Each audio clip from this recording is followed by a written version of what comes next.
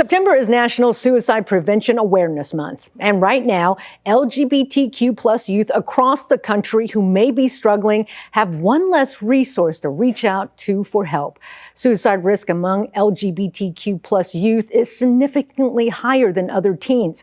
Brad Pritchett, interim CEO of Equality Texas, is joining us now to talk more about this. Brad, thank you so much for joining us.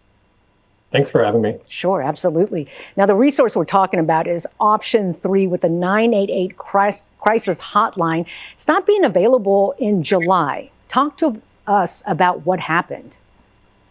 Well, we saw funding get pulled for that particular suicide hotline by the Trump administration.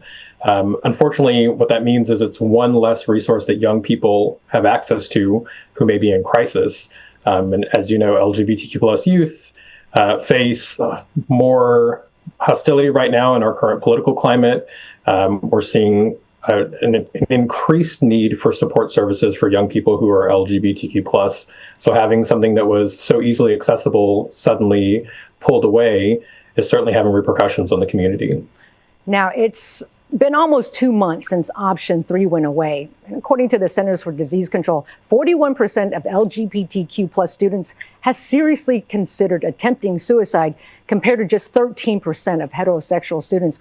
What is your group seeing in terms of the impact? I think one of the things that we look at specifically is how these types of things are impacting Texans. So what we know right now is that in Texas, we've had laws that have been passed that help amp up this atmosphere of hostility towards LGBTQ plus people. And organizations like the Trevor Project, who we work with on a pretty regular basis, have shared data with us that shows a correlation between the calls they're getting from LGBTQ youth in Texas looking for support that is directly related to what's happening or what was happening in the Texas legislature at the time. So we see these upticks in requests for support that correlate with when the rhetoric is getting particularly bad for LGBTQ plus people.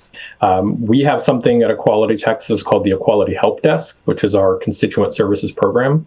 And what we've seen is continuing this trend of more and more people reaching out for assistance, especially right now as there's less and less resources being devoted, especially from the federal level and the state level, towards mental health resources for LGBTQ plus people. Well, Brad, what are some more resources that LGBTQ plus youth can turn to if they need help?